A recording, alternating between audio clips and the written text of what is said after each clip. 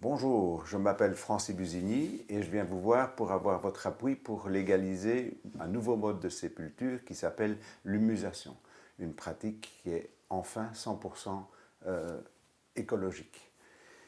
Alors, l'idée m'est venue il y a près de 40 ans, en compostant. On a eu l'occasion d'avoir des animaux domestiques morts autour de nous, donc on s'est dit, ben, pourquoi pas voir ce qui se passe quand on composte, et on a vu que c'était vraiment miraculeux finalement ce qui se passait, puisque ça se décomposait parfaitement sans produire de problème, et en plus le compost marchait encore mieux.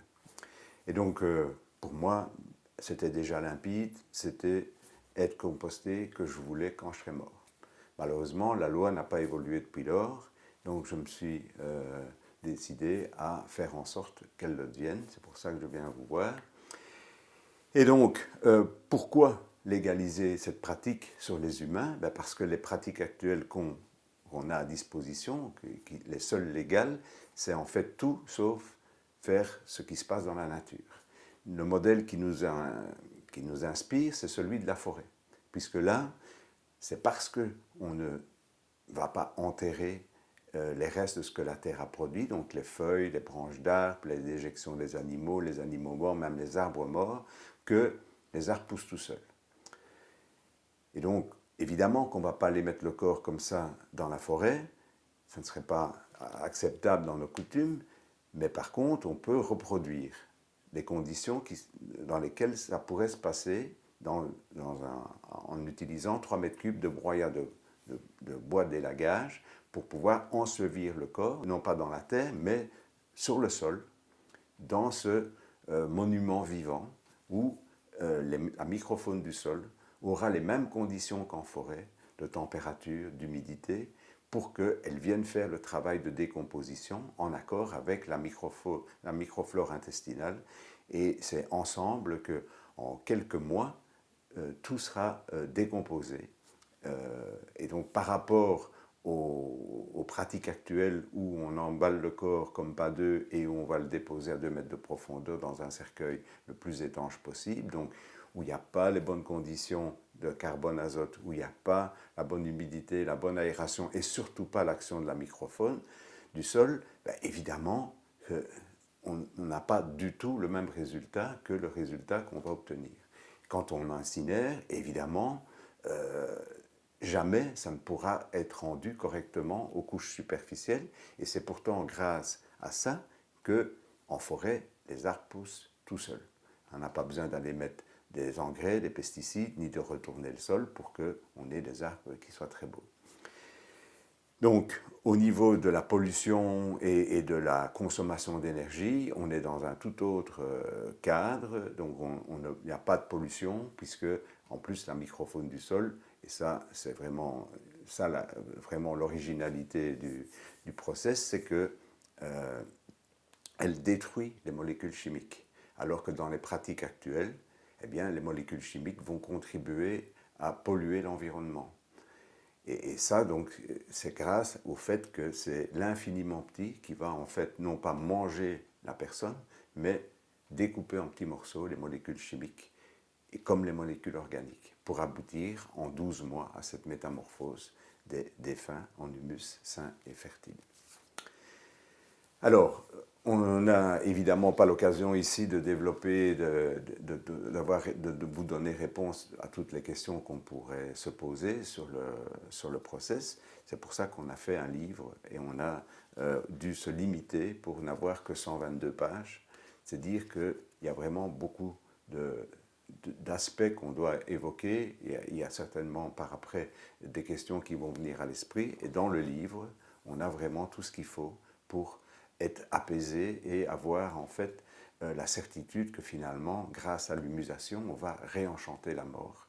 On va se réconcilier avec la mort, puisque c'était l'idée que j'ai eue il y a maintenant près de 40 ans. Je me suis dit, mais mourir comme ça, c'est pas du tout mourir, puisque je ne vais pas polluer, ça va diminuer mon empreinte écologique, et en plus de ça, ben, après 12 mois, ceux qui veulent pourront venir se recueillir devant un arbre qui pousse, devant des fleurs perpétuelles ou pas, Et donc, ça sera tout à fait différent que d'aller dans un cimetière où la moindre mauvaise herbe fait désordre.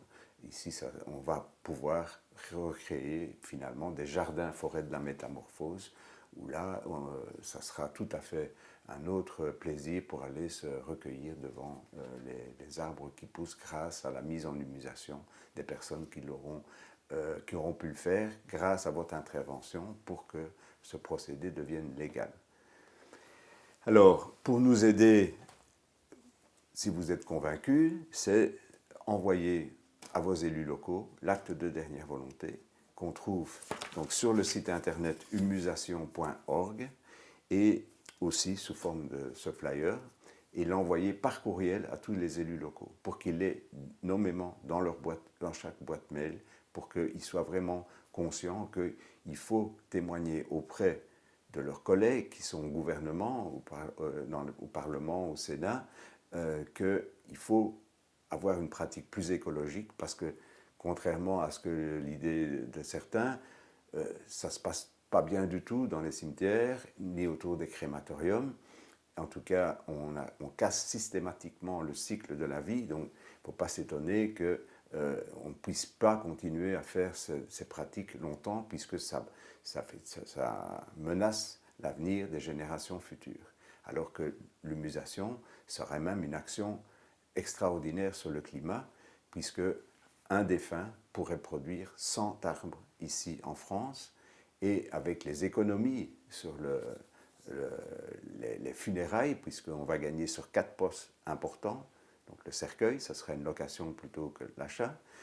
La pierre tombale, ça sera une simple stèle, puisqu'un arbre qui pousse, il n'y a rien, c'est très facile, et il y a simplement à avoir une stèle en bois ou en pierre pour indiquer le nom de la personne qui a contribué à ce que l'arbre pousse. Au niveau des frais de conservation, des soins de conservation, évidemment qu'on ne va pas les faire, puisque le but n'est pas d'empêcher la décomposition, mais plutôt de la favoriser. Et au niveau des frais de concession, on aura besoin simplement de louer l'espace pour 12 mois, alors que dans un cimetière, on doit payer pour X années, voire dizaines d'années.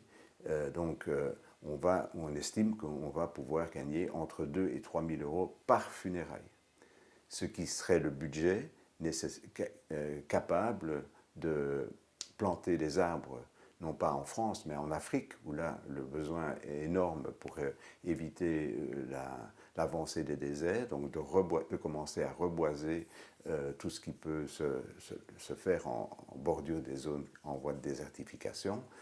Et là, avec 1 euro, on peut planter 4 arbres. Donc on a estimé que pour un Européen moyen qui meurt à 76 ans, 76 ans, il faut l'équivalent de 9 à 10 000 arbres. Et donc, un budget de 2 500 euros, on pourrait carrément annuler toute son empreinte écologique. Donc, fixer en 20 ans la totalité du CO2 qu'il a émis pendant toute sa vie. Et donc, on pourrait, en résumant très fort, dire qu'un défunt va pouvoir faire pousser 10 100 arbres. 10 000 en Afrique, 100 en Europe, tout en restant dans le même prix que les funérailles classiques. Si vous voulez en savoir plus, il y a le site internet www.humusation.org. Il y a une page Facebook, Humusation, et le livre qui est disponible auprès des ambassadeurs relais qui va y avoir un peu dans toutes les régions de France, et notamment à Lyon. Ça, c'est une possibilité. Ou bien le commander pour le recevoir chez vous par la poste.